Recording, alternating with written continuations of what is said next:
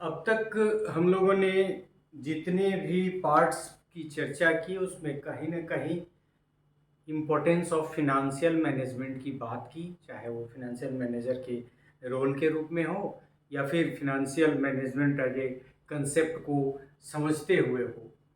But specifically in this part, we shall learn the importance of financial management. Of course, it is a concept.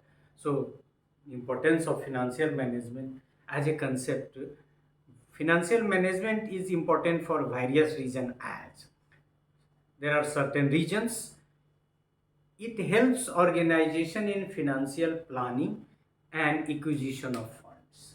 मतलब यदि आपको financial management का ज्ञान है, then you will be plan for the financial aspect in a more better manner.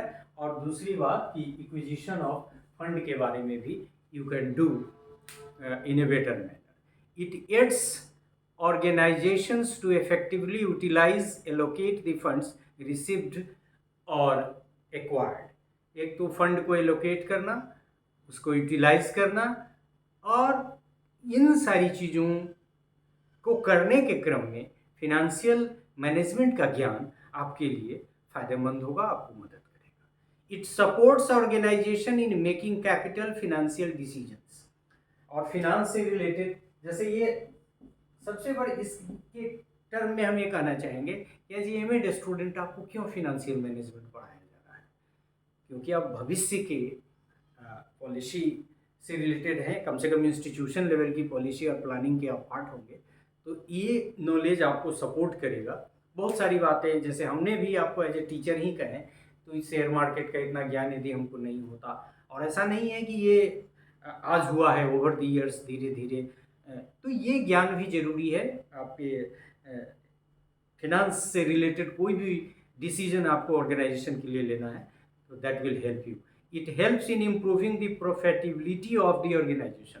अब वो profit कहाँ से कमाया जा सकता है, जैसे हमने वहाँ एक कंसेप्ट आपको कहा कि फंड मैनेजर का कंसेप्ट है, उसका काम ही है कि प्रॉफिट कैसे ज़्यादा होगा, कहाँ पैसा लगाएंगे, मार्केट का पूरा ट्रेंड स्टडी करता है, वर्ल्ड फोरम में आज क्या हो रहा है, किस तरह से यदि फंड को रखा जाए. और मैंने आपको एक पिछले लेक्चर के माध्यम से बताया भी था कि आप तो बिजनेस चैनल वगैरह पे आप देखेंगे तो वहाँ फंड के साथ साथ आपको कहाँ इन्वेस्ट करना चाहिए उसके भी सजेशंस है. So the knowledge of financial management helps you to make the organisation profitability, मतलब profitable. It increase the overall value of organisation. और हमने वो भी बहुत सारे आपको एग्जाम्पल दिया कि आपको अब 5 साल में ख़त्म हो जाने वाली चीज़ खरीदनी है, 5 नहीं खरीदें, आप 3 ही खरीदें, लेकिन ऐसा है कि जिसकी ड्यूरेबिलिटी ज़्यादा हो. So these are the decisions that can be taken care of only if you are known to the financial management. It endeavors to reduce the cost of finance. कहाँ पैसे बचाए जा सकते हैं. जो घर में भी बहुत सारे लोग, खास के जो महिलाएं होती हैं, उनको बहुत नॉलेज होता है इसका.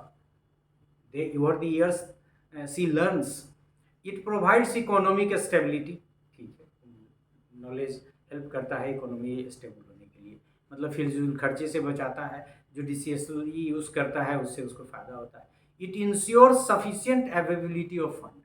मतलब पहले फंड जुटाइए तब खर्च कीजिए, फिर प्लान कीजिए. यदि हैफाजर्ड मैनर में आप प्लान फंड भी प्रोक्योर करते हैं और उसको खर्च करते हैं, then that is there will be extra भेंजा और पैसे की बहुत बर्बादी होगी. It deals with planning, organising and controlling of financial activities. इसकी चर्चा हम लोग शुरू में कर चुके हैं. Like the procurement and utilisation of funds. तो ये आपको ये भी हेल्प करता है कि आप को ज्ञान है फाइनेंशियल मैनेजमेंट का, तो आप क्या करते हैं कि उस ज्ञान की मदद से फंड को प्रोक्योर करने का, फंड को यूटिलाइज करने का, और प्रोक्योर और यूटिलाइज करने के क्रम में planning, organising and controlling of fund, जो फिनेंशियल एक्टिविटीज़ का एक प्रिंसिपल है, उसका भी आप इस्तेमाल करते हैं. So if you know, if you have learned the related aspect of financial management, then it will benefit you as an individual, as a member of any educational institution, and most importantly as a planner or policy maker or an administrator of an academic institution. So thank you for this part.